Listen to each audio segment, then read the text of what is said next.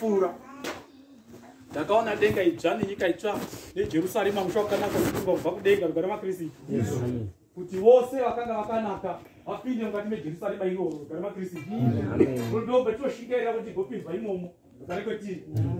Joni vabva nerumwe rutsamba woti ndivananiko vatinoona vakati pane nguo chena vane misodzi pamatama rugare kwetiri.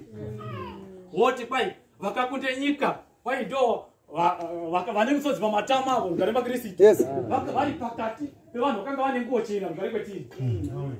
Joni muchiparidza nezverufu kuti munhu unofa uye kana munhu wafa zvichazomira sei rugare kwetiri. Rugare kwetiri.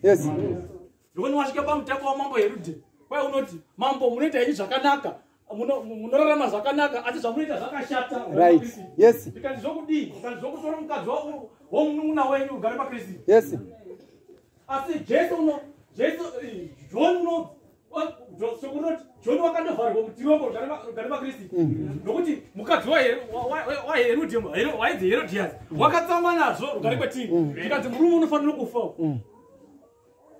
Joni waiswa mutirongo chokoroti kwai papera chinguva kwai mambo vakazotumwa makurukota ake kuti ndamutora murume uya rugare maKristu. Nokuti unofanira kuti vaurawe rugare maKristu nokuti mwanasikana waHerodhiasi wakanga watamba zvakanga zvafadza mambo. Ndikati ukareva cheunoda kwai ndichakupa rugare maKristu. Mwana akandobvunzawo mai ndikati no mai ndoti kudii? Kandoti ndoda musoro waJohani mundiro rugare maKristu. Zvino Joni manje achinzwa nyaya iyoyo ariko panga ari pamwezvo nemumweya kwai wakatumwa vakomana vaviri. Ndikati enda muno nokuti wakanga waudzwa kuti Jesu wadarika nepo rugare maKristu. Ndikati enda munobvunza murume uri kutaura nezveshoko raMwari kuti ndiwere watatakamira kuti kunomwe uchauya rugare kwetiri. Asi vakomana vachisvika kuna Jesu vanosvika nozi Jesu unoti vhurirai vakomana vapinda. Tikati atumwa matumwei. Kandi andibvunza kuti ndimere wainzi uchauya kana kunomwe watakamirira.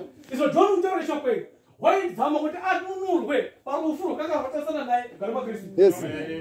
Rugare kwetiri. Jesu unoti uyai kuno vakomana unomutsa wakafa unoporesa unorwara unotosamura zvirema rugare kwetiri. Vakomana vaya vachidzokera munoza Johani zamaona.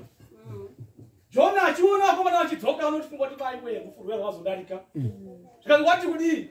Zvikati wangomutse zvirema akamutsa mapofu akasunudza mapofu nevakafa akamuka. Zvikati tinokudza izvozvo. Izvo Jesu waifanira kuziva kuti Johani waifanira kufa kuti zvakanyorwa zvidi zvizadzike rugare kwetiri. Vakomana vanotumwa vanotora Joni. Joni unogurwa musoro unoiswa mutiro rugare kwetiri. Kuti shoko raMwari ridi rizadzike rugare kwamaKristu. Kuti munhu wose unofanira kuti afe.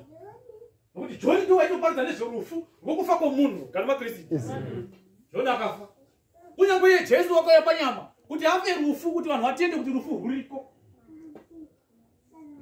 rugare kwetiri. Wakafa tikazviona akamuka rugare maKristu. Saka musoro weshoko kuti pai kumuka kwakafa nekudzoka kwaKristu.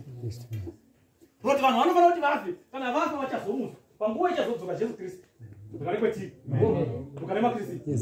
Asi pakuuya kwake manje dauti ndiverengera musoro weshoko woniverengera pachapter 5 Yesu 3 yake